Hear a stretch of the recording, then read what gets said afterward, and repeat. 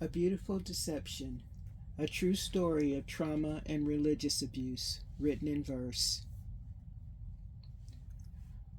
I've never liked the phrase, speak your truth, but in this instance, I feel prompted to use it. My story is sure to breed contention in some, and even controversy, not of my own making.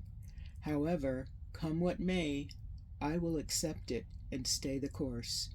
And though many may disagree or even shun me because of the words and feelings that I now share, this work is my truth, because it is true. I can't deny that fact, nor would God want me to. He holds me in the palm of his hand, and I will never turn away from him. Turning away from truth is not an option. Pilate asked Christ, "What is truth?" John 18:38. The deception was there from the beginning. I just couldn't see it. Maybe I didn't want to see it, because I needed something. I needed to be seen, to be heard, to know I mattered, to know my life mattered. And that is what the deception offered me. I was seen, I was heard, accepted, and my life did matter, but for all the wrong reasons. The validation I sought was granted, but it had been hollow, without true substance, yet it shaped my life for decades. I had been lulled and drawn in, conditioned to believe a lie, cognitive dissonance imprisoning me, burying me in blissful ignorance, until I implored God to reveal the truth to me. I needed to know the truth, no matter the pain that may come from the answers exposed. The lies had been leeches that had attached firmly, determined to not release me easily. Prying them from my heart as they continued to bleed me left me exhausted but determined. A shelf broken, one that had been created with faulty tools and shoddy materials, it could not last, because the master builder had no part in its creation, despite the teachings to the contrary. I was broken. My heart was broken. It had shattered. Like an onion with its layers exposed, the peeling away of lies drew forth emotional tears, filling a cistern that was beyond my ability to carry another moment. So I carried it no longer. I let it go. But residual heaviness of spiritual, emotional, and psychological conditioning was hard to shake off, the numbers on the scale requiring all my strength to shed the weight. To understand how I became a victim required stepping into the past. Sadly, I had always been a victim, the position of my abusers simply switching hands, transitioning from a single monster to an entire corporate entity. Where it began. Born into a world of poverty, physical and sexual abuse, and tribulation, my childhood was doomed, imprisoned by pain and sadness. Alcohol was always the driver, making me a shackled passenger on a never-ending journey to a destination that never changed because my course was fixed. I was an unwilling participant in a show I hadn't asked to see, a show no child, no human being should be forced to watch, yet forced I was, and I saw many things. During the day, I watched my mother play the painful role of my stepfather's punching bag, while at night I served as his child sex slave. She was his workout in the light, I his perverse entertainment in the dark. There was never an audience. From 6 to 11 years old, there was never time off, and words of refusal were ignored. However, bribes and threats were abundant. My friends were few. It was better that way. I was protective, never wanting them chained to the sane oars, though a part of me was sure A few had their own crosses of abuse to bear within their own homes. The damage was there, yet no one saw it. I was good at keeping secrets, excelling in the art of staying quiet, immersed in a painful world where the sound of silence ruled. When the day of escape finally came, fear came along for the ride, the fear of almost everyone and everything ever present during my teenage years. No one could get near me. My cage of fear was made of solid steel. Then the change happened. Starved for love and acceptance, my search began, attempting to find it in any way I could, the hunger driving my choices in destructive and damaging ways.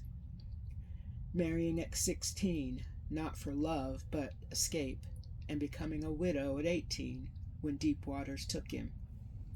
Developing a drug and alcohol addiction, my form of self-medicating to escape the pain and the shame, but escaping neither.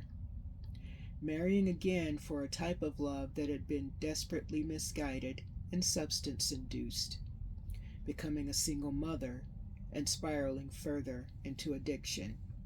This is where the religious deception first found me. Mistake after mistake, choice after choice, never considering consequences. There are always consequences. This was a truth I could not escape. And now we arrive at the stage in which my conditioning truly began. I soon became immersed in new beliefs and new ways of worship, brushing off my inner questions with programmed answers that weren't real answers.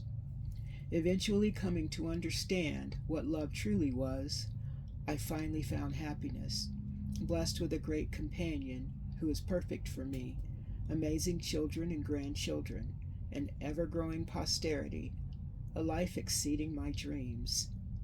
But the deception had still been there, molding and shaping me for decades, lulling me through a dangerous and blissful ignorance, until I woke up.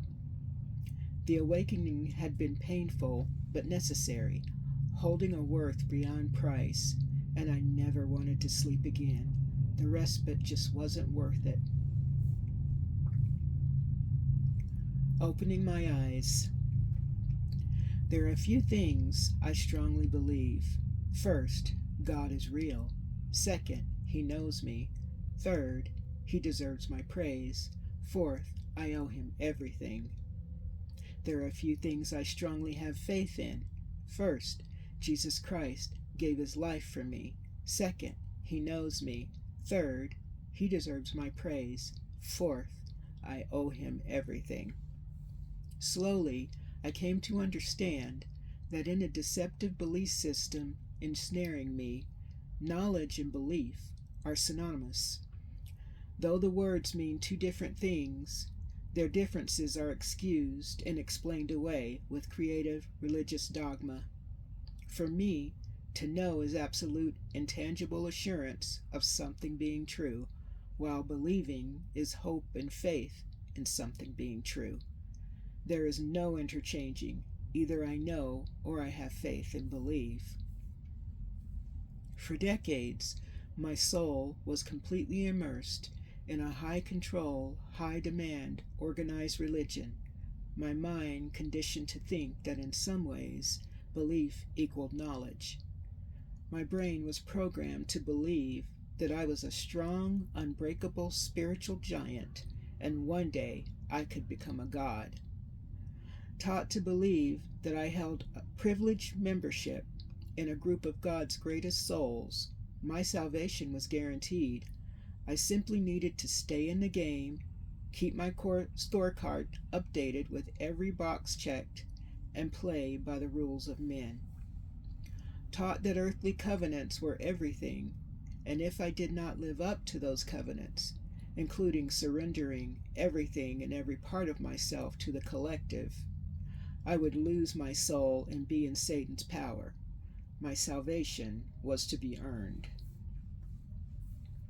In the end, God's truths pierced through all the smoke and mirrors.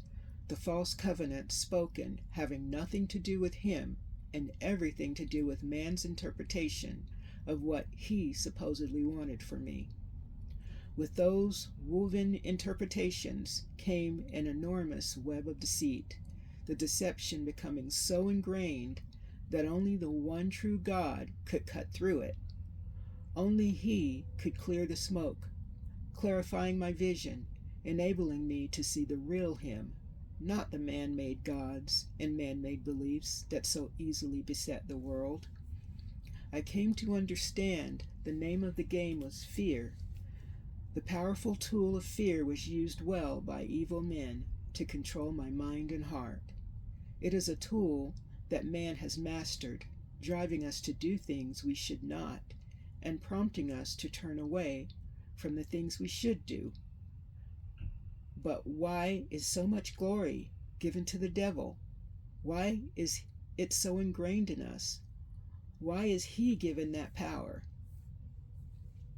Fear, despair, and doubt close us off to God, particularly when we fear men more than Him. Fear is the essence of all high control religions. Fear is the essence of all organized religions. The ingrained need for confirmation biases and conditioning inevitably led me to lean solely on feelings and emotions, thereby inducting me into an army of blind obedience. I was a victim, pretty much shackled to the teachings, afraid to break free of the chains I had grown accustomed to wearing, a veritable puppet on a string. As a member of the corporation, I was afraid to look outside my box of conditioning, because the world inside the box is all I had come to know. Coupled with the consistent regurgitated teachings and admonishments to not search outside the iron cage of religion for answers, like so many others, I voluntarily remained a prisoner. For 37 years, I placed fallible mortal men between myself and God. I looked to men to direct my actions, my thoughts, my words, and my finances. I looked to them to tell me what to read, what to watch, what to wear, what to eat, and what to study. I literally lived and breathed the words of men because I was programmed to believe that their words were God's words, that their counsel was God's counsel. Cognitive dissonance encompassed me, playing a major role in my conditioning, another strong tool used to bind me without me ever realizing it was happening, causing me to give control of myself to workers of evil. Finally seeing through the deceptions that had kept me blind to just how far the religious teachings were from God, my decision to step away caused some with which I shared close relationships to assume I am now lost. I am actually anything but lost. Some think I am in need of saving, when the opposite is true. When their saving efforts did not produce the fruit they'd anticipated, a thread of the friendship seemed to sever, something I never anticipated happening. It seemed that since the common denominator, religion, was no longer there, relationships could not be the same. It had been touted as truth by the brethren that when you leave the religion, you lose everything and have to start over. And I think part of that is true. I did have to start over, purging myself of everything I was conditioned to believe, starting again with nothing and no one between me and God. I had to let go of all the false beliefs that had been taught as truths, allowing Him to teach me His truths. I had to go to the source in constant prayer, pleading to know what is of Him and what isn't. Then I had to just be still. That is what the past few years have consisted of, the prayers to know God's truths, then times of just being still. As for losing, I have lost nothing. What many see as a loss, I see as a major gain. Though relationships were forfeited, my gain was a stronger relationship with God and Jesus. As long as I have them, there is no loss. In God, I have found true freedom, and in His strength, the unholy chains have been broken. Now I am free of false teachings, false beliefs, and the unholy control that flawed mortal men, donning the facade of so-called prophets of God, perpetrated upon me. They perpetrate these teachings upon millions of others still. Family dynamics have changed. Though no words have been spoken and no inquiries made, the air around me has shifted, and the feeling is there. I had not expected it, but I am okay with it because God is okay with it. Another discovery developed over time is how powerful and damaging the master classes on manipulative conversion really can be. These conditioning tools perfect the art of preying on the vulnerable, and it is what had ensnared me. Through the years, I learned many things as I fully immersed myself in the teachings. However, because of many half-truths and outright lies, even positive things became tainted. Still, the one thing that I took away and will forever hold close is my faith in God. Only it is no longer the God of organized religion. I let that God go long ago. The God I worship and strive to serve now is the one true God. I had to travel a long way to learn how to separate the two, to learn how to recognize Him. In spite of everything, I treasure this most of all, and the inner phrase that plays on repeat in my heart is, Father has me in the palm of His hand. It is a beautiful thought and beautiful visual. Because there is no longer anyone between me and God, and because every unholy covenant I'd ever made has been broken, I now keep my eye fixed on the things that matter. Now I can truly love Him with all my heart and love my neighbor. No performance checklist necessary. I'm still not perfect at either of these things, but I'll never stop trying. I'll keep pushing ahead and not look back. I now learn outside the box that organized religion continually confines God to. I can see how open His path is before me, how open it always has been. With Him helping me to let go of the comfortable cushion that deception had afforded me, I can see my way ahead. The religious sunglasses are no more. I exchanged them for God's vision-correcting lenses. Now I am able to see what and who His church really is. The Lord's church is individual people, souls who strive to follow Him in spirit and truth. It always has been and has never changed because He never changes. Man may attempt to change Him, but in the end, they will fail. He sees through every deception, witnesses every evil deed done in the dark, and He will expose them all. A whirlpool of truths were my gift from my Father, and I will share those truths. All who walk in His way can discern truth. When we truly desire to know, Father will not leave us wandering in a sea of no answers. God heard my pleas and did not suffer me to return from the journey empty. So now I share. If you don't care to know, don't read further. Truth is truth. The religion to which I pledged myself was an ungodly organization, exercising control over the mind and heart, garnering the trust and praise of millions. The leading circle of wolves and vultures prey on the weak and vulnerable, executing judgment of lost souls, taking on a role that was never theirs, calling themselves men of God when they are anything but. It is a divisive doctrine, drawing hearts from the one true God to the dark one who covets his place, strengthening the deceptive evil shrouded in the veils of religion.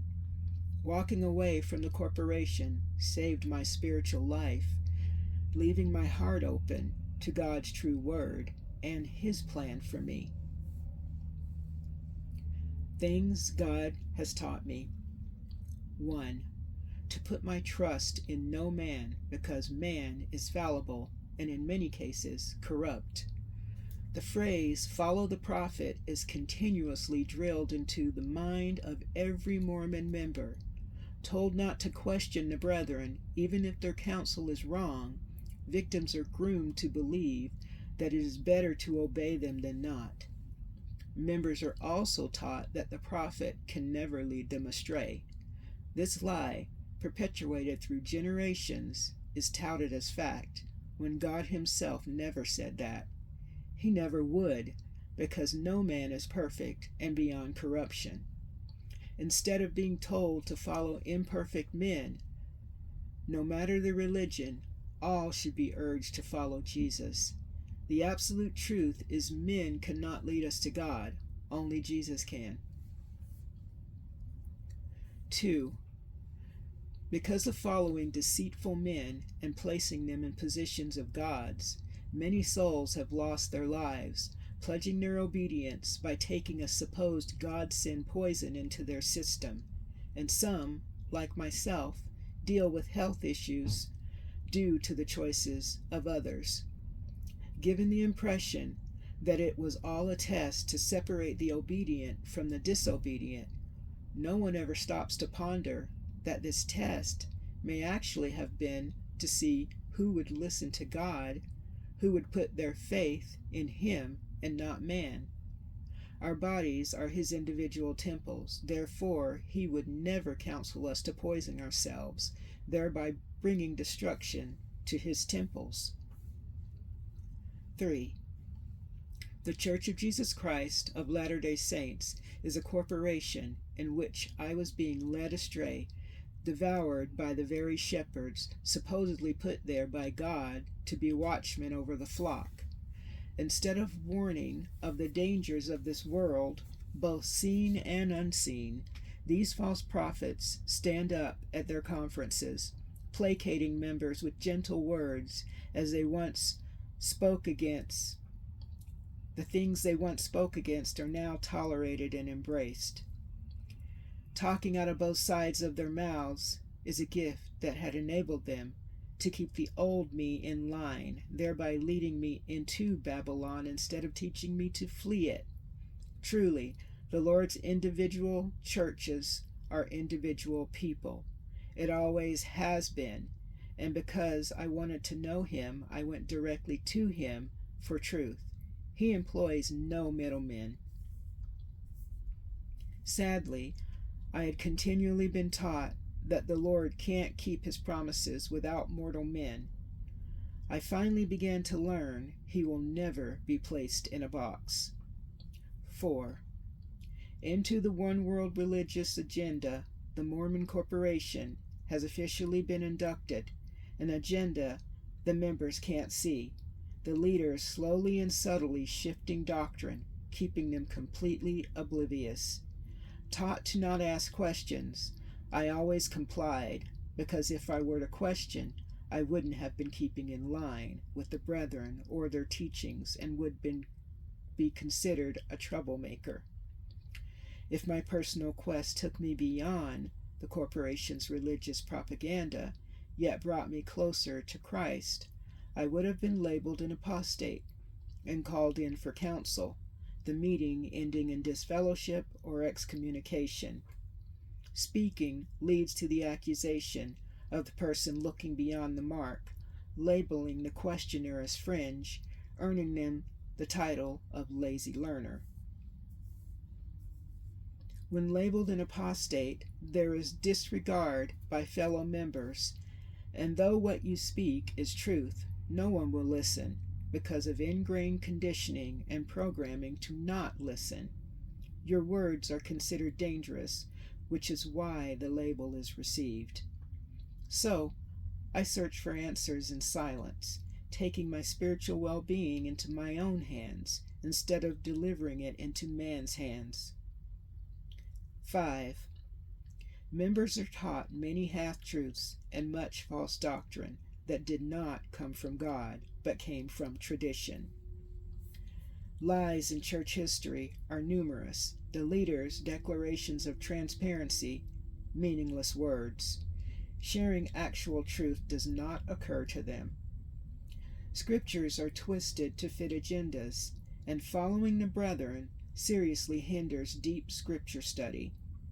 Within the circle, I'd heard it said many times that living prophets are more important than dead ones.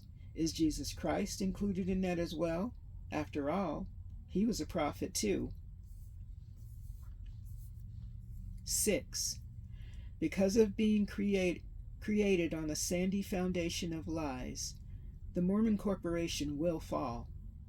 Witnessing the deceptive fruits the evil leaders have put forth, I am grateful God prompted me to question the narrative. 7. After serving as a worker for years in Mormonism's unholy temples, I came to discover that the ordinances performed are not only evil, but are literally dead works. Members are programmed to pledge and swear their life, sacrificing everything to the church, not to Christ, but to the church. The corporation continues to grow fatter on the tithing coerced from its members, enlisting them in a prosperity gospel, receiving nothing in return for their efforts except promises of salvation, spoken from the lips of men who take upon them the position of judge, placing themselves on God's level. I learned that money is a corporation's sole concern, money and power over the masses. The money once paid in tithing, I now use to do for others, trying to lift their spirits. With that act comes more comfort and validation, much more than helping evil men stay in their seats of power. 8. The Mormon Corporation donates much of the money paid by faithful members to ungodly and satanic organizations, teaching the followers to respect these evil entities as well. They tout the sacredness of human life while donating to the very organizations that snuff out life. They are Baal Moloch worshippers in the worst way.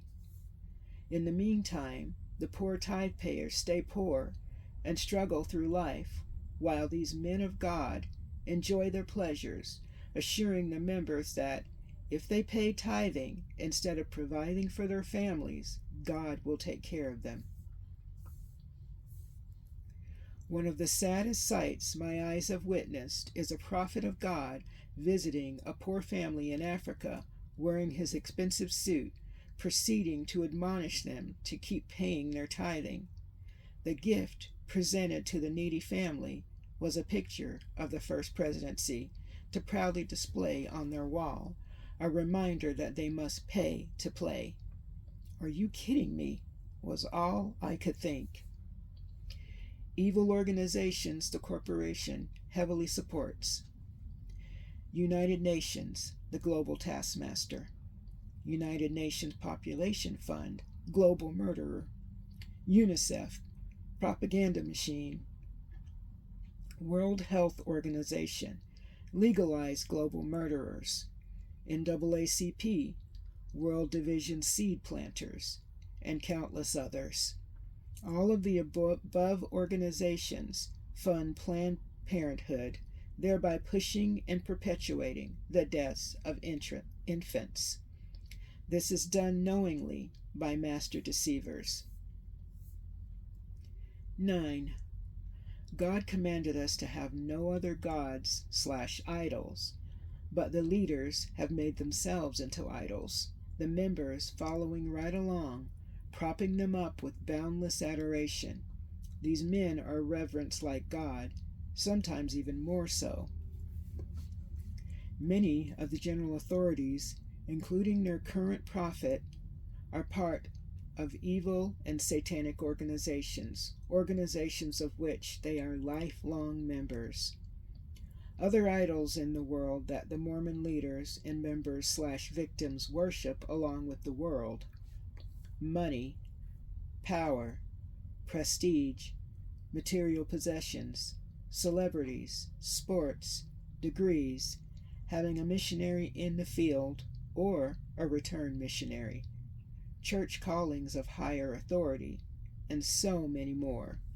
Sadly, I will admit, many of these things were idols that I carried for a time, but not anymore. Many things in life are necessary to live, but when they move to the forefront, they become our gods. 10. Followers are told they need to be unified and become one. Exactly what the one world religion pushes, the brethren having enlisted the members in this New World Order cause by repeatedly teaching the need to be good global citizens. Be good little sheeple is what they are taught. Do what we tell you to, regardless of receiving your own inspiration. You are entitled to that, but if it doesn't support what we say, it isn't coming from God. This is programming.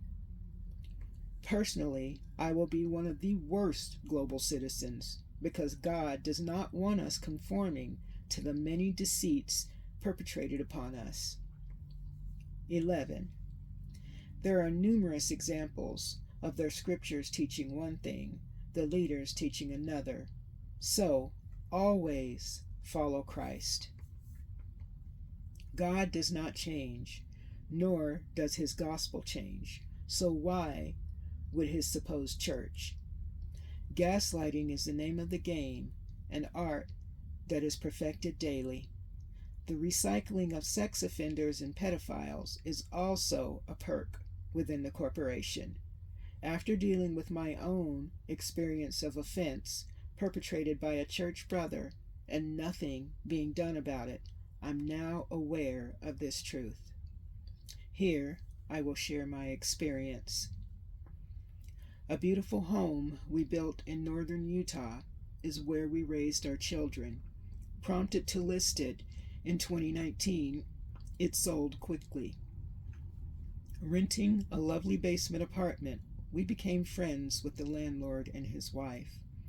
I connected with the wife quickly and soon came to believe that God led us there that I might help her.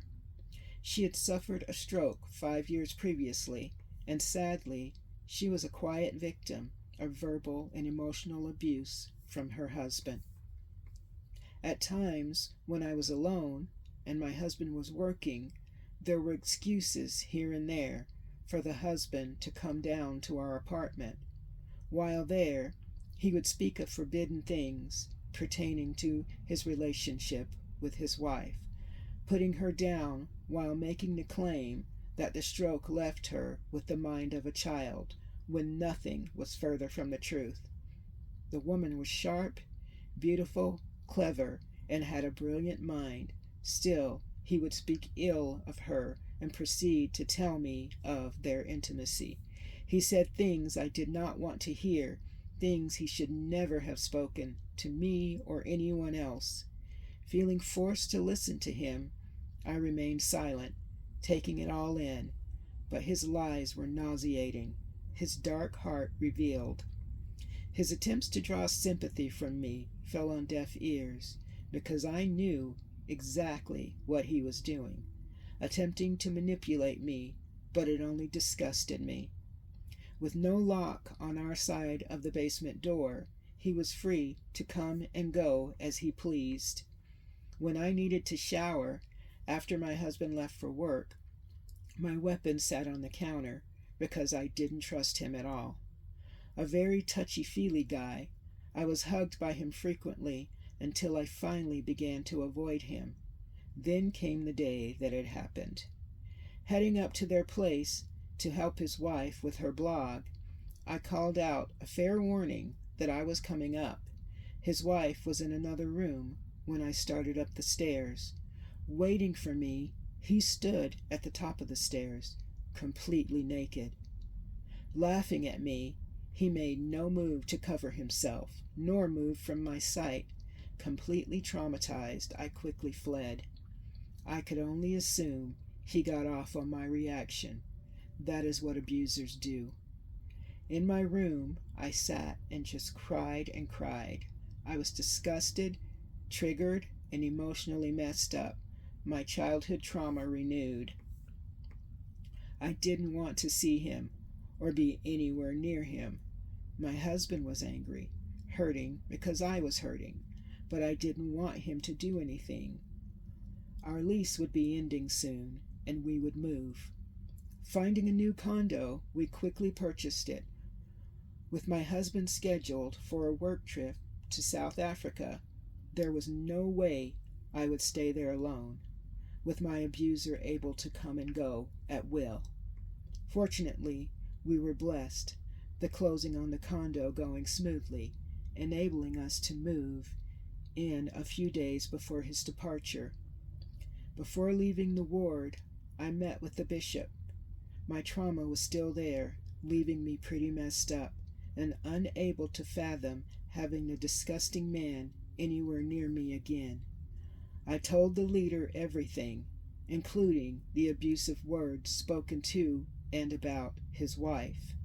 When they called him in, his response was to lie, claiming he was unaware that I was coming up, that it was a mistake on my part. Messing with his wife's head, she confirmed that he wasn't aware. I was angry, but I forgave her because I understood manipulation. I understood an abuser's control. She was still a victim, an innocent pawn in his game. Despite everything, his word was taken over mine, and nothing was done. For a long time, anger and hurt filled me, but with God's help, I finally let it go. Forgiveness in my heart eventually came, but I would never forget. I can't. I came to know for myself that the Mormon Corporation really does protect and recycle sex offenders and pedophiles. The abuser was rewarded with another temple marriage, claiming another victim, in exchange for hurting his wife, the woman he claimed to love, and me, the person he claimed as a friend. My healing is ongoing, and mine is not the only story.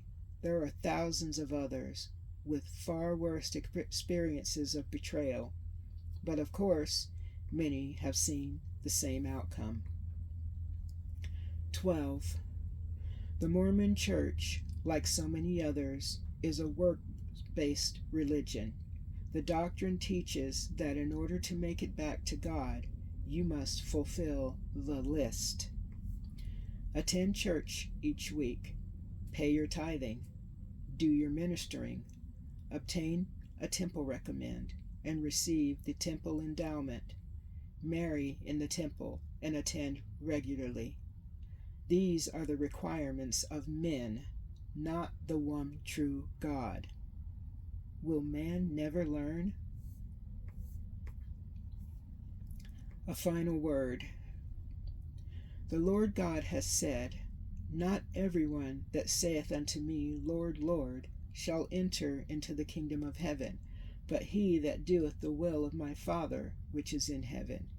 Many will say to me in that day, Lord, Lord, have we not prophesied in thy name, and in thy name have cast out devils, and in thy name done many wonderful works? And then will I profess unto them, I never knew you. Depart from me, ye that work iniquity." There is nothing we can do to earn our way into his presence. No religious checklist or religious work whatsoever can guarantee our salvation, nor a seat at his wedding table. It all comes down to this. Currently, man hardly, if ever, speaks for God. God needs no one to speak for him. He speaks for himself. It's up to us individually to seek him out. Then be still and listen. Then we choose and we act. And if we are seeking to do his will, he will guide us along, doing his own course corrections along the way. There are so many things we need to learn in this life, but none are greater than learning to love each other and learning to know and love God, because he is everything. My prayer for all of us is that we may develop our own personal relationship with the Father and his Son. Put no middleman between us and them. Worship God in his way, not man's way. Come to know him by coming to know his Son through his holy word. Give thanks and praise him always. Nothing that is truly good is ever achieved on our own. Remember that our salvation comes through Christ. Man cannot save us, only Christ can. As it turns out, I wasn't broken. I just needed safety. I had thought I'd found that safety in Mormonism. I was wrong. In stepping away from religion, God cleared away the deceptions that were blocking my path, and I found him.